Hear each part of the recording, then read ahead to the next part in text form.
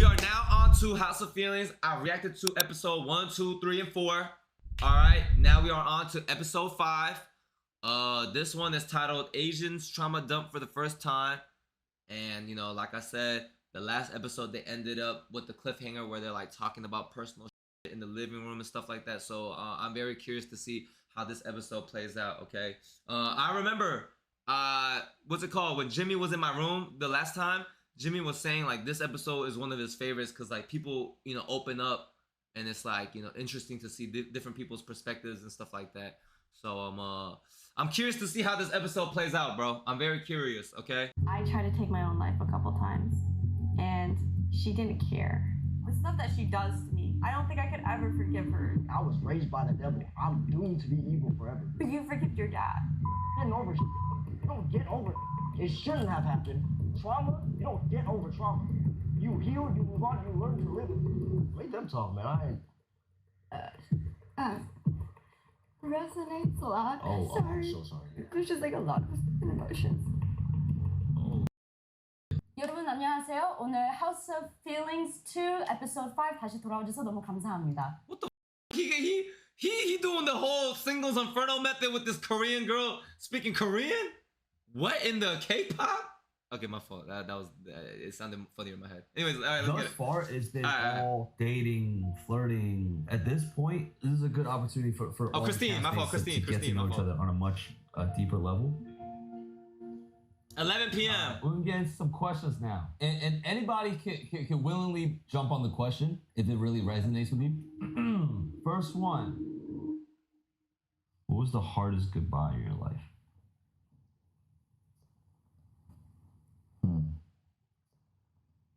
I had a best friend in high school. We went through a lot together. Highs and lows, like ups and downs. We were in a stoner group together. That's a good question. A shit ton of weed all the time. And we were the two people in the group that actually wanted to change and quit. Me and my best bud, and a couple of other friends, plus my ex, all went to a rave together. He like ended up getting with her at that rave. How did you find out? We separated for a little bit. I came back and then it was fuck. yeah. Damn. Honestly, like at that point I was over my ex. It was just like, dude, you're my like best friend, bro.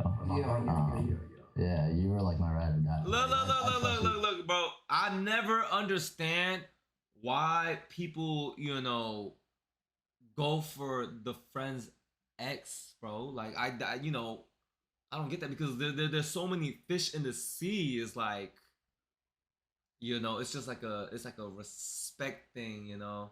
If it's like you kind of know like imagine if the guy was like not that close of a friend, like they just acquaintances. All right, it's not that deep, but to him it was his best friend. You know what I mean? So it's like, damn, bro, like. Then it starts making you think, like, was my best friend, like, plotting on me the whole time? You know, like, what is going on over here, bro? Like, you so horny or seeking so much love and validation or whatever the situation is in the brain that, like, you have to go to that extent. All right, let's get to it. It was like everything. Did you confront him or no? Yeah, we talked about it like that night. I didn't like try to throw hands or anything. Did she say anything? Because you were talking how you talked to him. Yeah, it takes two villains. Yeah, that's like two betrayals. It's a BOGO. I mean, Yeah. Alright, David, this dude. I'm sorry, comedic relief a little bit, you know? Okay. This is not the first time I've heard a story like similar, but like the thing that gets me is like, yo, out of all the people in the world, That's what I'm saying. out of all the, why would you? That's what I'm saying. You know? Yeah. Y'all want to hear about my white boy Tristan or what's up, man? Yeah, I do. You know how we were talking about your best friend, right? This is a motherfucker I met when I was 13, I think, right? First time we met, fought each other, beat the out of him, or he beat the out of me. I honestly don't remember. But after that, we just got locked in. What kind of friendship is that? What the they met? Okay, my fault. They met each other and then they fought and then they become friends? Bro, what kind of anime plot is this, bro? This dude living Naruto? Like dead ass to this day, my brother. After high school, we were homeless together. Oh. Dead ass slept in cars together, on park benches, whatever. Used to, we got an apartment one time. No furniture, no nothing. Sleeping on the fucking floor. Talking about, hey, bro, one day, like, if we just put our heads down and work and grind, bro, we're not gonna live like this no more. Come 2021, when I was doing house arrest for that whole bogus ass charge. Super depressed, whatever. When I get depressed, I ghost the world. I don't even text my mom back. Yeah, he just kept hitting me up talking about, hey, bro, like I'm really going through it. Like I need to hang out. And every time I would look at my phone, I'm like, fuck, I'm going through it too. I really don't want to see anybody. Like I love you still, but I don't want to see you. Until one day I woke up to a call from his little brother. He's like, yo. I'm like, what's up? He's like, Tristan's dead. And I'm half asleep. I'm like, yo, is this a dream, bro? Right? I can't process it. I'm like, what? I distinctly remember I said, what? He's like, and he's crying. He's like, yeah, Tristan passed last night, bro. You know all that they say about tell the ones you love them before they're gone and all that other. It sounds corny as doesn't it? But do it, cause I fucking didn't. And for a very, very, very long time, I blamed myself for his death because he OD'd. We had the same problems, both very depressed, both very, very depressed, both try to lose that depression in drugs, right? Because we had nothing better. Cops found him at like 6 a.m. I got a call at 8, 9 a.m. House arrest, ankle bracelet on. I couldn't even leave my crib to like go see his family or nothing, right? If I just had the strength to respond, bro, like to just respond. Like I considered him my brother and I couldn't even see him. Do you still blame yourself? Nah, I worked through it. Like how long did it take you? Because I have a similar story too. Yeah, I think it took. That is so sad. If I had to guess, like 3 years. I don't blame myself for his death. No, I still love the boy. I have a best friend, kind of the same situation. I would always jokingly say like, "Oh my god, I hate you," like shut up. And his last message to me was like, "I love you." And I woke up to a bunch of like missed calls and stuff like that. But I was like, oh, you know, like I'll check it later. Like I'll reply to everyone later. Like I don't feel like in the mood for it. And I turned on TV and there's my best friend.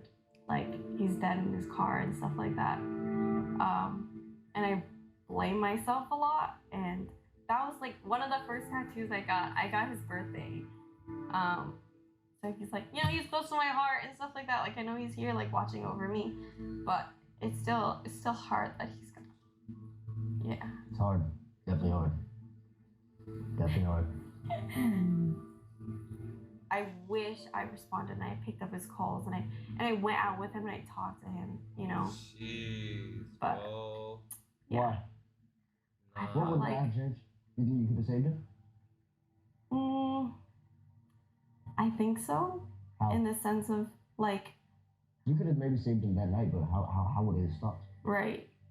See, that's what I don't know, and I think. So I feel like it's you punishing yourself when he probably wouldn't want you to punish yourself. If this is your best friend and he loved you as much as you think and you say, like, do you think he would want you to put? Yes or no? No. So how like, do you get to a point where you realize that? But I just like didn't want my like last words to be that, you know. And it's a regret and it sucks. Like, if I could go back in time, obviously I would love to hang out with my best friend, my brother. I would love to. Unfortunately, I can't. That's how life goes sometimes. The day that he died, bro, that I got called into court, they cut my ankle bracelet off, and I viewed it as, this is like, I'm not talking about heaven, I'm not talking about God, Christianity, whatever, right? This is how I know truly spirits exist. After a year and a half of house arrest, I was looking at 5 years maximum. State penitentiary, prison, right? Not no soft dropped on charges, cut my bracelet off an hour after he died. And I viewed it as just like, that was the last thing he ever did for me, right? Yeah. And whether that be true or not, I know damn well that boy loved me so much that you want to believe in spirituality and energy and whatever. That was the last energy he gave me. I think you're punishing yourself. I don't think your friend punishes you. Yeah. So I can relate to you guys a lot because my dad passed away. Like right now, they're opening 2 or up to 3 each years other ago, about each other's but like upbringing and shit. we did not really understand each other before that. So I never got the opportunity to actually like talk to him like as an It's adult. House of Feelings, But episode I 5, feel Air like Money. as time went by and like I realized that there's no way of me ever like contacting him and like being able to like talk to him and maybe like forgive ourselves and like try to like solve things. I just try to like, for my own good, solve it spiritually. Like talk to him in your mind and make pieces of him. And even if that's not the reality, at least instead of like both people being sad, I guess, like I get to continue to live my life and feel that love with other things. Is there closure you never got to have? 2 summers ago, a family member passed away, which it's not the only reason, but it's like one of the main reasons and like the catalyst, I guess, as to why time took such a big leap in my priorities in life. I was the last person to ever talk to my brother. He called my mom, and my mom, being the Asian mom she is, she basically said like, "I told you so. Like girls are nothing. Just focus on your studies." Basically, the worst possible to say is Thank you, Air someone Money. fucking depressed and going through a heartbreak. And then I kind of was like, I gave him more advice than kind of empathy, I guess. I said, "Oh, I understand. I've been there. Don't worry. Like you don't want to tell someone that's down that, hey, it will get better." I ended the call early because I was going on a trip with my ex. So it's like, damn, like that was the last time like I could ever talk to him. And it's like I held a grudge to my mom for, so in my head it was I had to blame myself or I blame my mom. In my solo one-on-one with Jimmy, I felt definitely more safe to open up about it. Not because like they made me uncomfortable the night before, but I felt like I would be understood. Maybe for like a day or two after his passing, I blamed my mom. Like, why? Like, if you raised us better, like if you was more emotionally in touch, like, but like my mom was also raised by more Asian parents. She doesn't know any better. In fact, I'm so like proud of her to see how much she's actually changed. It went from blame my mom, blame myself, to actually blaming God. One of my biggest principles that I held with Christianity was everything happens for a reason. So to me, believing that so highly, what the is your plan with this? I used to view him as the devil, bro. That's why a lot of my self-hatred was like, I was raised by the devil. I'm doomed to be evil forever. I grew up in a very abusive household. Very abusive dad. Essentially beat me and beat my sister and beat my mom pretty much every day. Every time I up, even if it was a small thing, it would bubble and roll into a snowball until I truly believed myself I should just kill myself, because I will always end up hurting people in my life because I don't know how to be a good person. I wasn't taught to be a good person. I wasn't showed how to be a good person. How are you supposed to be gentle growing up in a war zone, right? I tried to take my own life a couple times, and I definitely went to her about it, but she didn't care, you know? And I think at that point, that's when I knew that there was never gonna be a relationship. And that's just how she is. Maybe my main reason that I'll never get over my mom because of the stuff that she does to me. Like, and I don't think I could ever forgive her. That's the thing. I don't think, like. But you forgive your dad. Yeah, but I didn't get over the like. Right. Right. Like, you know what my dad did. I'll never get over it. Yeah. And I don't want to get over it. Getting over it means that I forgive and forget, right? Right. That's at least moving on is that's what it means to me. Or getting over it. Moving on is different from getting over it. Getting over it diminishes my feelings. Getting over it is diminishing my pain and my hurt and everything I went through, my experience. I'm trying to speak to your soul, right? Fuck getting over it. You don't get over it. Trauma, you don't get over trauma. You heal, you move on, you learn to live with it. It sucks that it happened. It shouldn't have happened.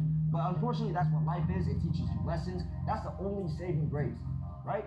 And it's really, really, really hard to get over, or not get over, to deal with, right? But you don't get over it. You learn the lessons. You try to build a life that you're happy with. You try to love yourself. And some people might have to try harder than other people. You know? You don't have to get over shit. You don't have to talk to your mom. I don't have to love my dad. I can hate him. I'm gonna give all my attention to myself, my mom, my sister, my friends. Right? That's it. Damn, bro. I've never seen Vit talking this like, you know.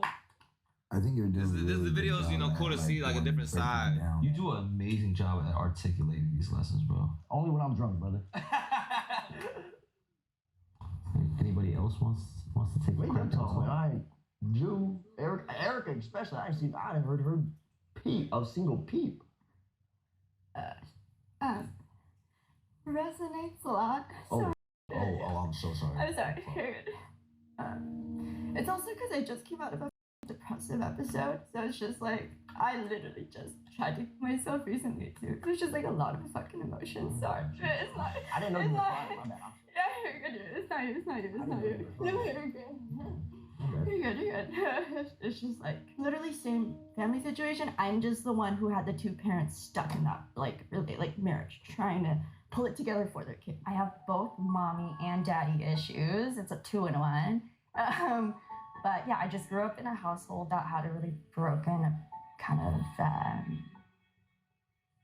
dynamic, and kind of having to deal and cope throughout the years with that. Sorry. It's been really hard. At least for me, it's like I realize I live a lot for the sake of others rather than my own. Because like that's like the biggest thing, especially like mom to daughter. I think that bond, but like that's just what makes it so much more painful. And like, Can I say, what really helped me was I used to be extremely like whenever people were like, you have to forgive your dad, like I hated them, and it was always the same thing. You gotta forgive them, not for him, but for yourself. And I always hated hearing it, and I never understood it. Like, yeah, no part of me will ever talk to him. He's basically as good as dead to me. But I do pray for him that one day he does find God. Right, it's not working towards forgiveness though. Like all those steps have been done through. It's literally just trying to like build, not even like a healthy, but just like build an actual mother-daughter relationship. I guess that's where we differ. I don't want to be in a relationship with the person. I just believe I can't. You can't heal in the environment that. right, that's what I'm saying. But that's what I was about to say. Is like sometimes like I genuinely like. Do you think your family isn't the blood you share, but like the blood you're willing to shed for others? Yes. Yes. Yeah. Preach, sister. That was a bar. I learned that same thing. Last night, obviously, we had a time to kind of open up and bond and kind of get to know each other better. And so Vit, Sarah, and I went into the other room just because I think the level of trauma that we shared was a little deeper and a little more in tune. But I think specifically with Tara, I just see a lot of myself in her.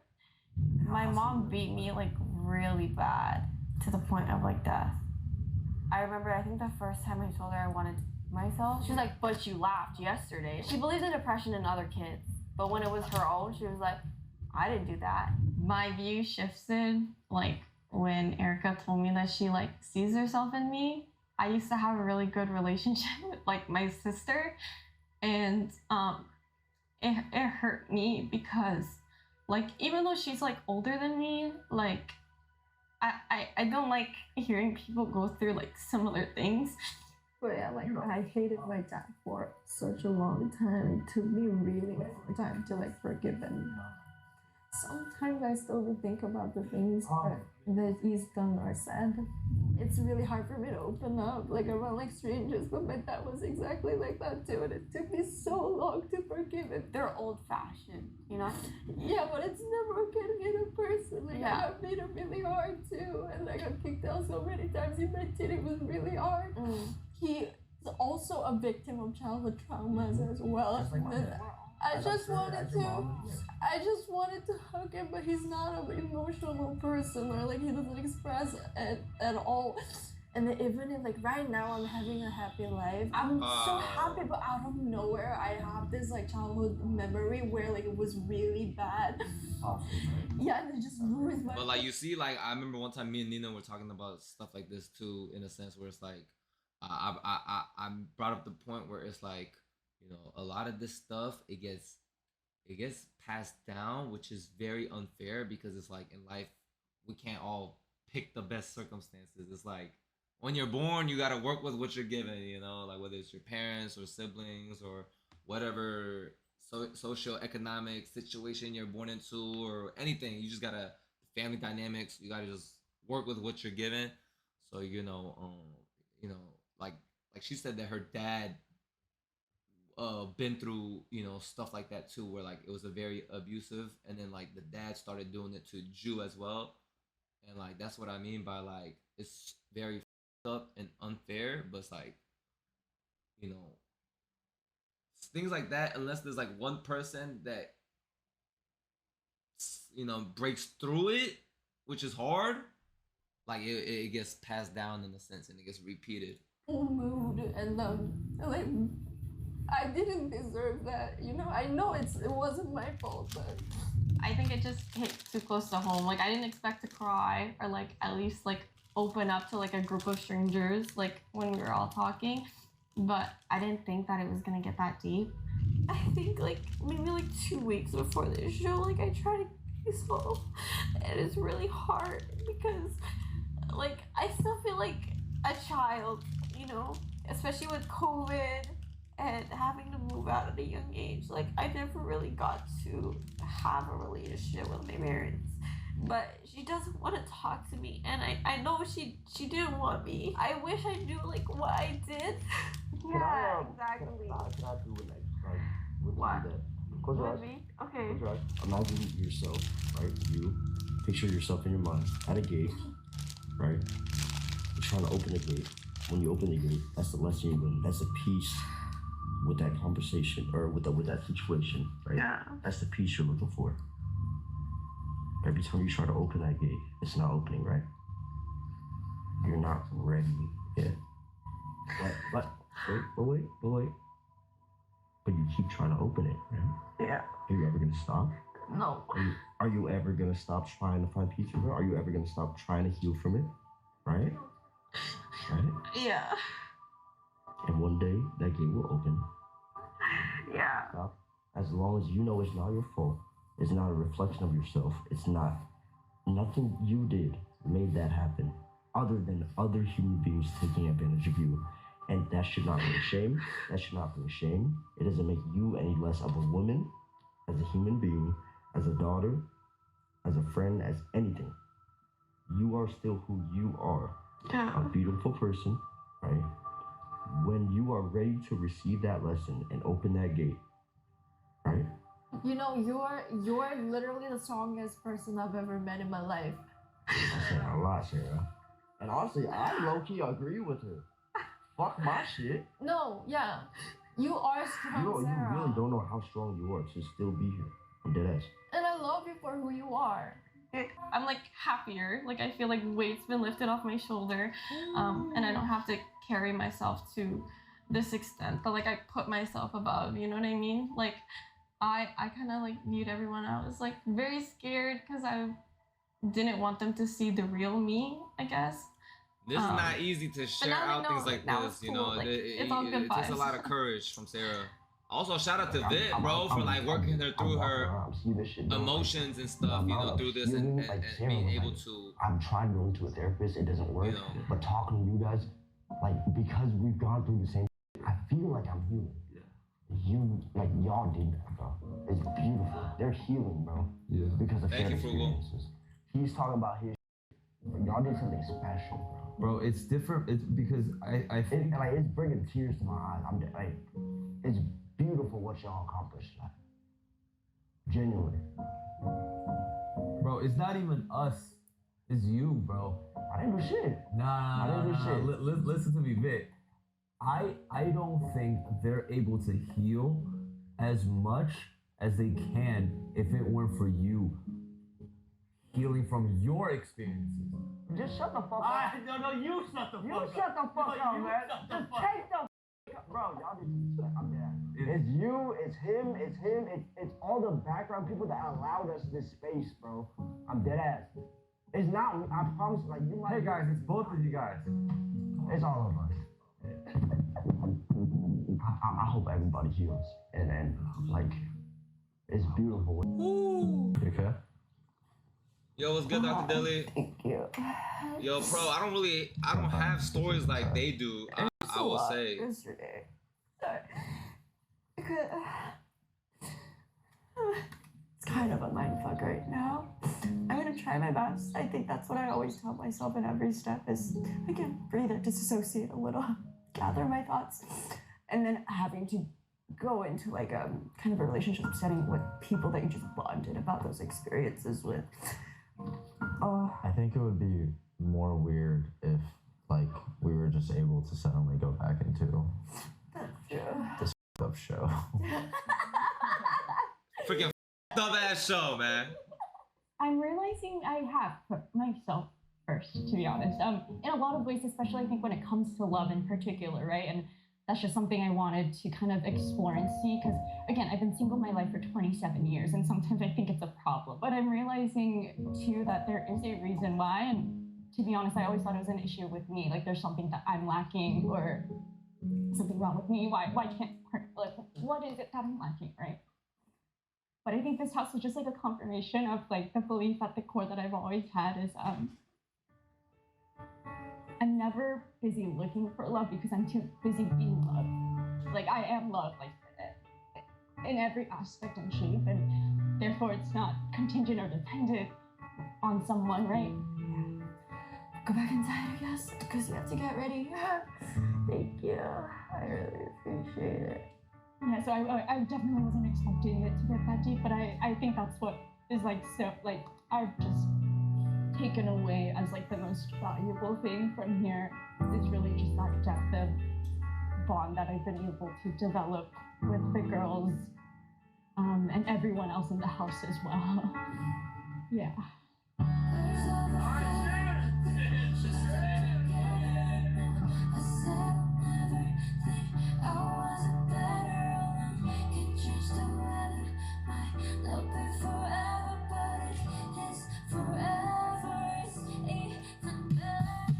Like I'm thankful. I'm really thankful to like have this experience and like meet these kind of people. I didn't expect to get so close to like these people like in a short amount of time. So yeah, like I guess I consider them like as family too. I think this moment now shared to the whole world, I can't imagine how many millions of people will see this. Absolutely. That will also feel that too. All I want to say, if I could boil it down to one thing, if anybody is out there struggling, I promise you, I know you hear it all the time, it gets better. And not only does she get better, you get better. I went to jail. I was a deadbeat. I OD'd, bro. I was a bum. I didn't work. I didn't do shit. I fucking hated myself. But just please hold on for the better days. Because I promise you they're coming. And you're gonna be very surprised when you realize you're right in the middle of that. Deadass. Damn. Can we take a break real quick? That was really heavy for me. I'm sorry. Yeah. Also, like in case like the house of feelings, it's not like these are the feelings we're talking about. It's a little bit misleading. Hey, this is your magnum opus.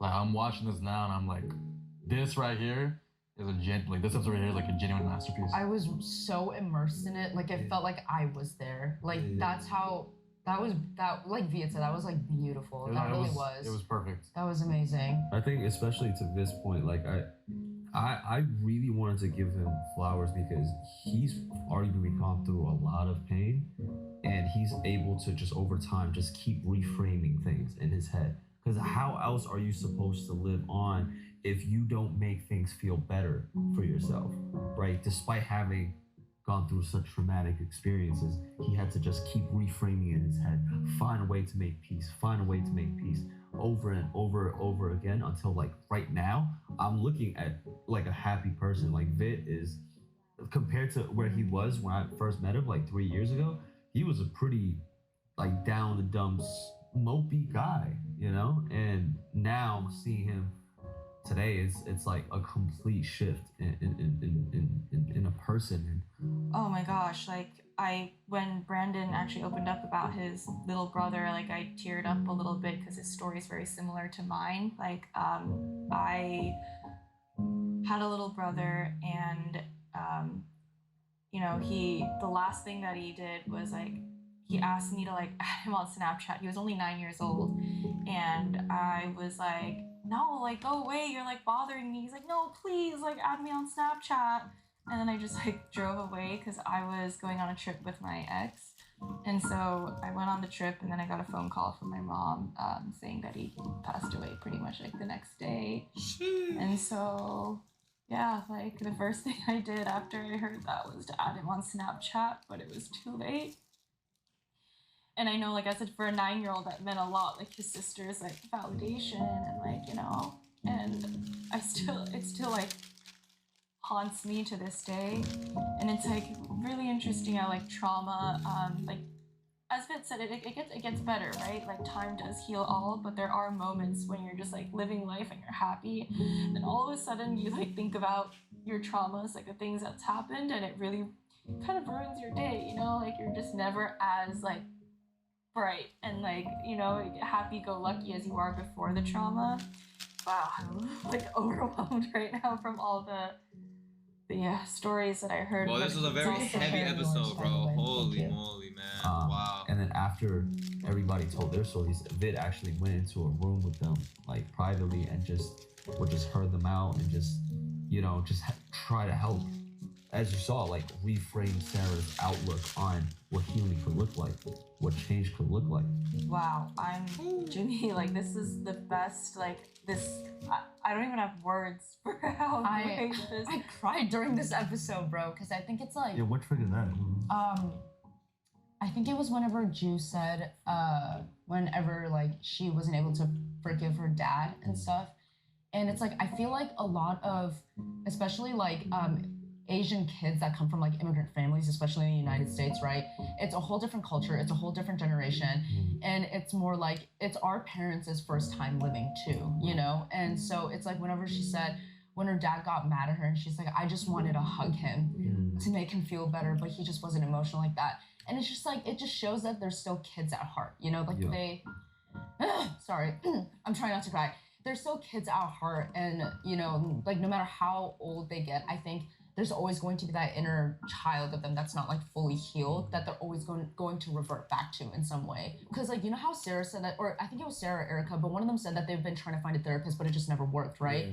But the thing is, it's so important being able to talk to things with people that can actually relate to you about it, because the difference between therapy and like talking to people who've gone through the same thing is like knowing that you're not alone. And I think that's what helps so much, you know? So I think that was beautiful, like very empowering, very healing to watch. And I think the one that surprised me most was Erica. Because it's like, you know, the first few episodes she was very happy, bubbly, like laughing a lot, but like you would have never guessed that she was going through some shit like this, you know? And it took a lot of courage, and I think a lot of power just to be able to open up like this. So truly, it was wonderful. It's true, bro. See, I would have never thought like Erica was going through something like that, like mentally. You know what I mean? Like she even shared like a couple weeks prior, she even thought about taking her own life or tried to. You know what I mean? Like, but like based off the first 2 episodes, you wouldn't even think she's been through anything because she's so bubbly and smiley, just trying to, you know, like be good vibes, you know, in the whole House of Feelings, you know.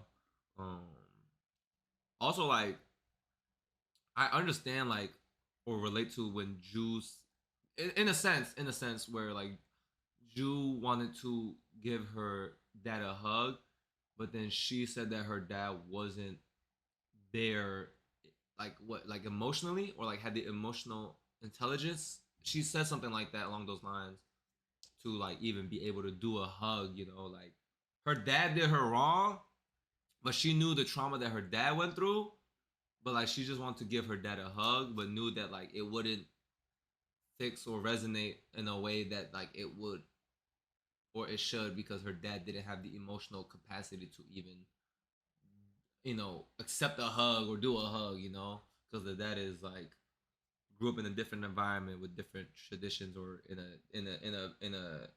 a toxic household in a sense.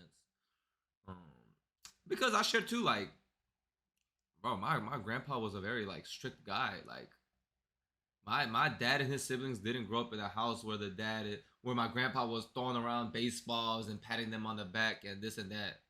I'm not gonna lie, my grandpa was a bro. So it's like he didn't give out doing hugs and this and that, you know. So like, like in the maybe when I was a baby, my dad was like affectionate cause baby, But like as I got older, like I didn't get to experience like the dad role like that the kids get to experience in the movies where the dad is showing up to the games and patting them on the back and shit. Cause like my dad didn't even know how to do that because it was awkward for him because when my dad was growing up, he didn't get to experience anything like that from my grandpa because my grandpa was very cold, no jokes, very stern and very strict, So it's like even for my dad, it was awkward at times to like uh, do things like that. You know what I mean? So it's like I get where Drew is coming from in the sense where she said like, oh, I want to give my dad a hug, but he doesn't have the emotional capacity or whatever to even comprehend that. Damn, bro. Like this episode was very deep.